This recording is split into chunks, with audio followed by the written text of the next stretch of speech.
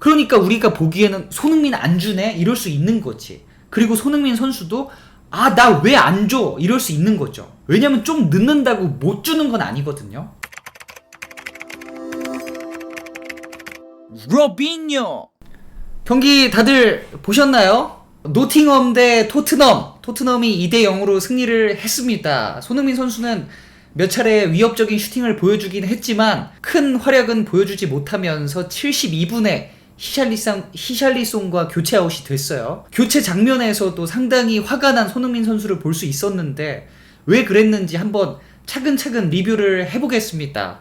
전반 5분 만에 케인의 선제골이 터졌어요. 셉스키의 키핑 앤 연계, 케인의 첫 터치와 반박자 빠른 슈팅 모두 다 기가 막혔습니다. 사실 손흥민한테 이런 중앙에서의 셉스키의 연계를 바라는 사람들이 많을 수 있겠지만 물론 손흥민도 이런 모습이 나오면 좋아. 안 좋을 건 없어. 하지만 우리 모두가 알듯이 셉스키와 손흥민은 거의 정반대의 성향을 가진 선수고 오늘 후반에 손흥민 케인 패스 받아서 단독 돌파 장면 같은 경우는 셉스키도 하기 힘든 장면이잖아요. 상대 수비에게 경고도 안겨주면서. 그리고 이런 중앙에서의 셉스키 같은 플레이가 손흥민 선수의 요즘 이런 부진을 벗어날 수 있는 해법 중에 하나라고도 저는 생각을 안 해요.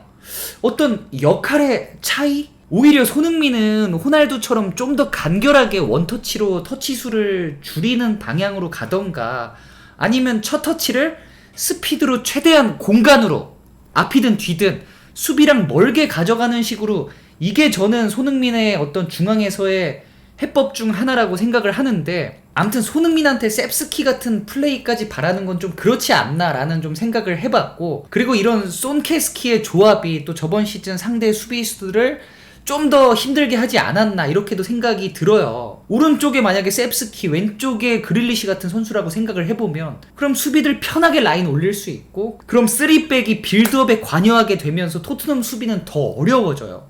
손낙골이 괜히 나왔겠어요? 그쵸? 손흥민이 뛰고 있다는 것만으로도 주는 효과가 저는 분명히 있다고 생각을 해요.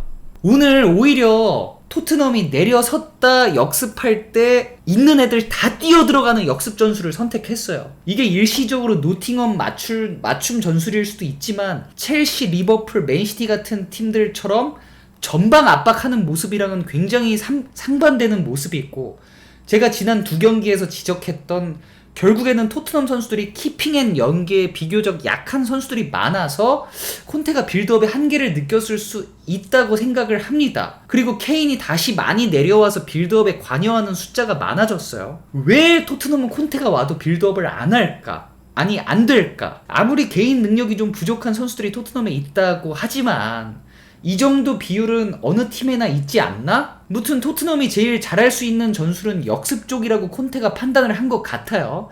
이거는 조금 더 지켜보겠습니다. 후반 53분 갑자기 배구를 했어요. 노팅엄의 쿡 선수였는데 케인한테 밀려서 손을 올렸구나. 그러다 이제 손에 공이 맞은 거구나. 무슨 말도 안 되는 소리를 하고 있어. 이걸 퇴장을 안 주더라고요. 설상가상 케인의 PK가 딘 핸더슨한테 제대로 막혔어요. 아니 퇴장이야 이건 퇴장이 아니면은 다 손으로 막지. 아무튼 이러면서 분위기가 노팅엄으로 완전히 넘어오면서 경기는 다시 재밌어졌어요. 그리고 오늘은 그 페리시치로 인해 손흥민 선수의 공간이 없어졌다는 말이 좀 많아서 좀 그걸 중점적으로 봐봤거든요. 왜냐면 잘하는 윙백 때문에 윙이 죽는다는 말은 사실 저한테는 생소한 얘기거든요. 오히려 윙백이 좋으면 윙은 편해. 막 너무 올라가서 돌아오지 않는 풀백만 아니면 발밑에 오는 패스들이나 수비 커버나 손흥민은 오히려 편하지. 그리고 사실 저번 시즌이랑 토트넘 전술이 그렇게 달라진 점이 있는지 크게 못 느끼겠어요. 별로 달라진 게 없어. 그러니까 이게 다 손흥민 선수의 경기력이 좋진 않아서 우리나라 팬들의 걱정이 이만저만이 아닌 데서 나오는 말들 같은데 확실히 오늘 손흥민 선수를 자세하게 관찰하니까 우선 본인도 본인의 경기력이 마음에 안 드는 것 같고 확실히 지친감이 없지 않아 있는 것 같아요. 왜 손흥민 선수한테 유독 그런 모습이 나오는지는 뭐 여러 알 수 없는 상황들이 있겠지만 확실히 본 건 뭔가 좋을 때에 비해 스프린트도 한 타이밍씩 늦고 왜 손흥민한테 패스 안 하나요? 라는 말이 나오는 게 그러니까 예를 들어 원래는 케인이 고개를 딱 들었을 때 이미 손흥민 선수가 공을 바라보면서 이미 뛰고 있었어. 근데 오늘은 케인이 고개를 딱 드는 타이밍에 이제 뒤돌아서 뛰기 시작한다거나 호이비에르 클루세프스키가 크로스를 올려야 하는 타이밍에 원래는 누가 봐도 이거 안 주면 안 되게 손흥민 선수의 위치가 좋았었는데 오늘은 그 살짝 뭔가 애매하게 조금씩 뒤에 있다든지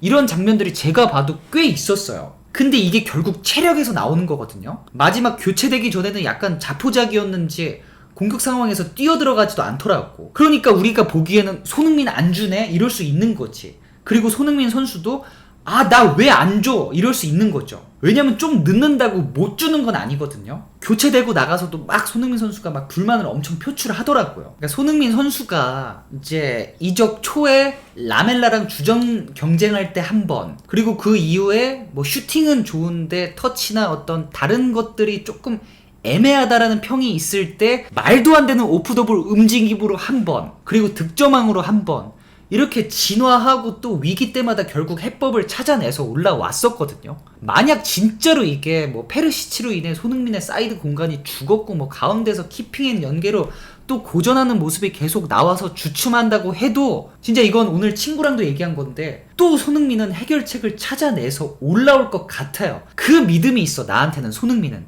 그게 뭐 개인사라 할지라도. 왜냐면 손흥민 인생에서 제일 중요한 건 축구가 맞으니까. 그 유명한 대사 있잖아요. 늘 그랬듯이 길을 찾아낼 겁니다. 맞나? 그리고 히샬리송이 오늘 어시스트를 기가 막히게 하긴 했지만 히샬리송한테 대체될 것 같다라는 각은 사실 크게 안 보여요.